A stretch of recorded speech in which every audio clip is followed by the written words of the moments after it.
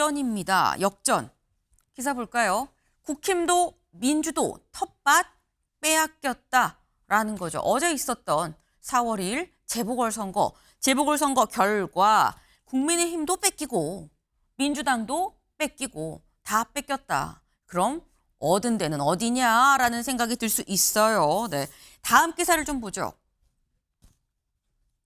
시장, 군수, 구청장 5곳, 어제 있었던 23곳 중에 콕 집어서 좀 주요 포인트만 집어서 주요 포스트 5곳만 따져보면 여야가 4대 1이었었는데 선거 후에 1대 4로 역전됐다라는 겁니다. 여가 4였다가 1이 되고 야가 1이었다가 4가 됐다라는 거예요. 네. 구체적으로 지도로 좀 같이 볼까요? 이런 겁니다. 네. 아산시장, 국힘에서 민주당, 담양, 민주당에서 조국혁신당, 그리고 이 구로구청장, 국민의힘에서 민주당, 그리고 김천시장은 국힘에서 국힘으로 갔고요. 거제시장, 국힘에서 민주당. 이렇게 보면 일단 민주당에서 혁신당으로 한 곳이 바뀌었고요. 그리고 국힘에서 민주당으로 하나, 둘, 셋, 3곳이 바뀌었습니다. 국힘은 원래 있었던 한 곳 그대로 유지를 한 곳 했다라고 봐야 될 것 같아요.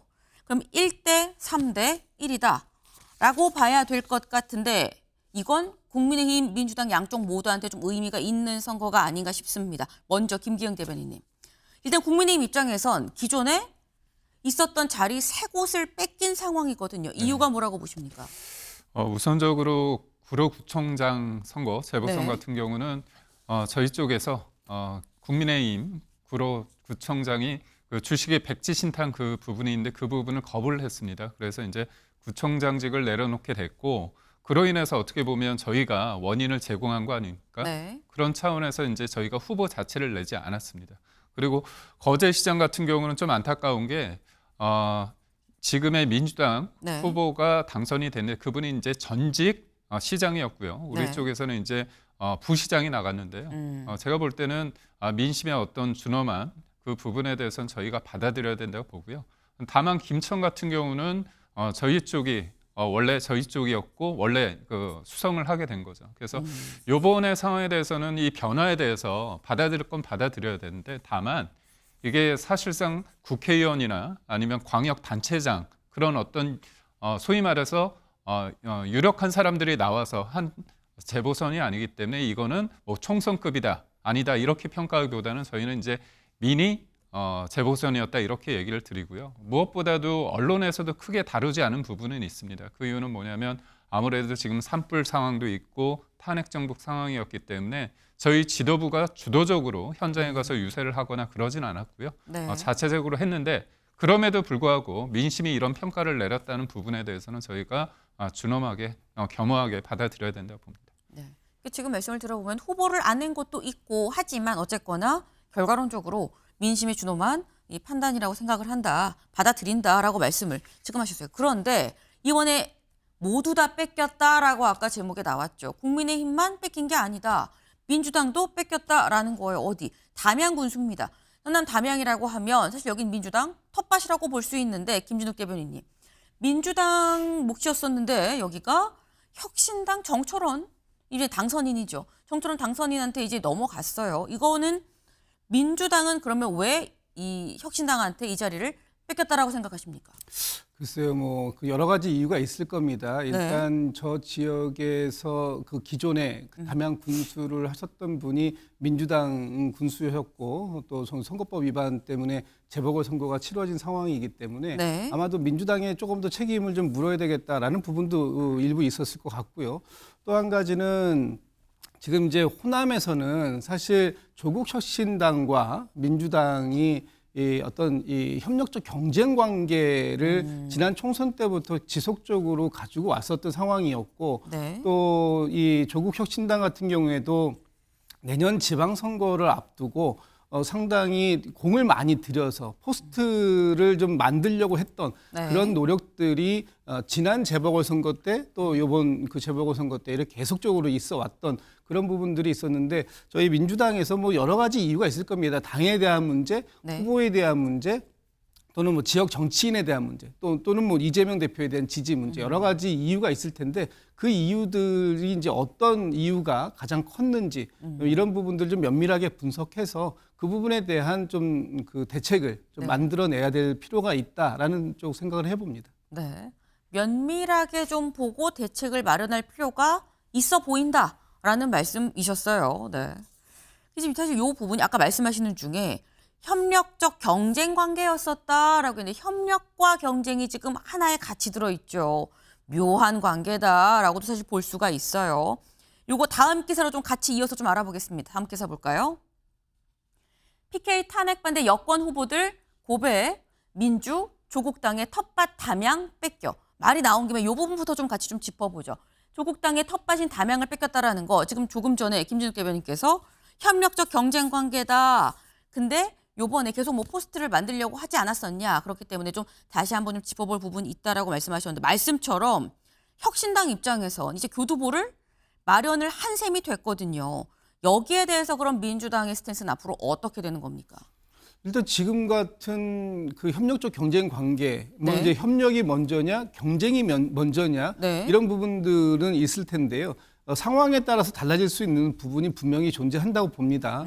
예를 들면 이제 조기 대선 국면으로 갈 수도 있는 것이고 그런 과정 속에서는 또 협력이 필요한 부분이 있죠. 네. 야권에서의 협력이 필요해서 정권 교체를 또 이뤄내야 되는 부분이 있는 것인데 내년 지방선거를 또 놓고 보면 어차피 경쟁 관계임은 분명한 부분이 있다. 네. 그럴 때 그런 경쟁 관계 속에서 민주당이 어떻게 하면 보다 더 많은 승리를 이뤄낼 수 있는가 네. 하는 부분들에 대한 준비, 이 부분은 지금부터 해야 되는 것이고, 이 지금 조국 혁신당과 민주당이 지난 총선에서 뭐 그 여러 가지 협력들도 있었고 또 그 이후에 있었던 재보궐선거에서도 또 협력이 있었습니다. 네. 그럼에도 불구하고 또 다른 경쟁은 늘 존재할 수밖에 없는 상황이었고 그런 그 경쟁 관계에서 각 당이 뭐 최선을 다할 수밖에 없는 그런 상황이 아닌가. 어쨌든 이 호남이라는 부분만 놓고 본다면 그 안에서 전체적으로 전국적인 부분에서는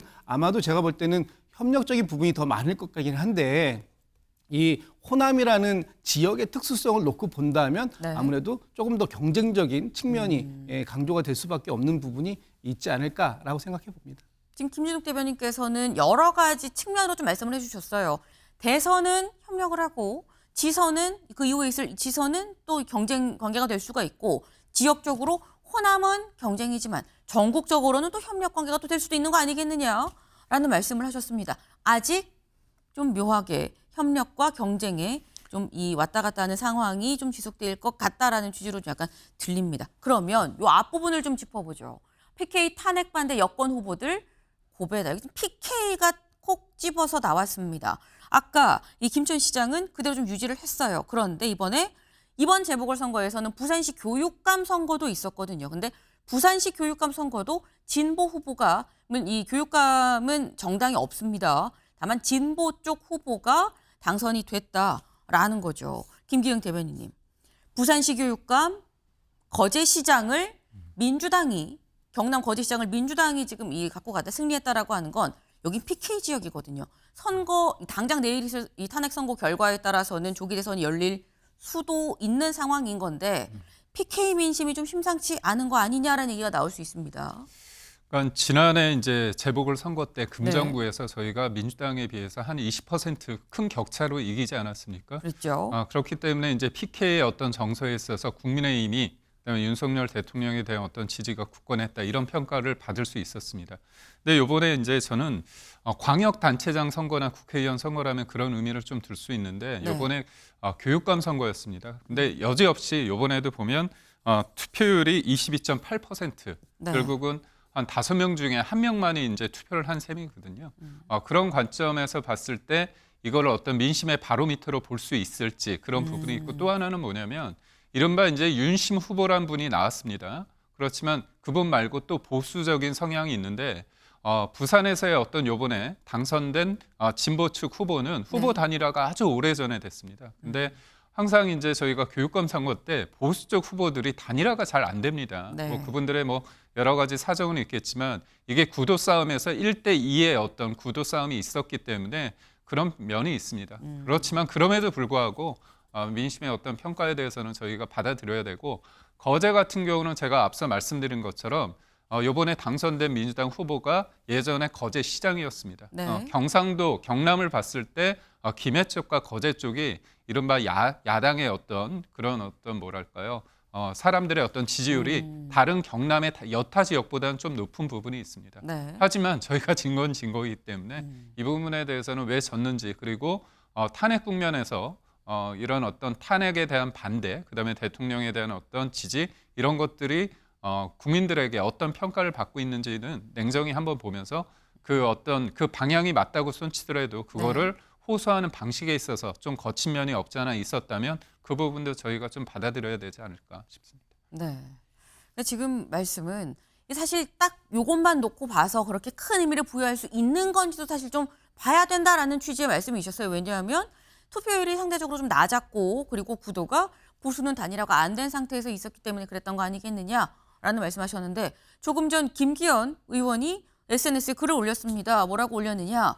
우리 당은 참패했습니다. 특히 경남 거제시장과 충남 아산시장 선거의 패배는 득전 단체장이 모두 우리 당 출신이었다는 점에서 좀 뼈가 아픈 패배가 아닐 수 없습니다.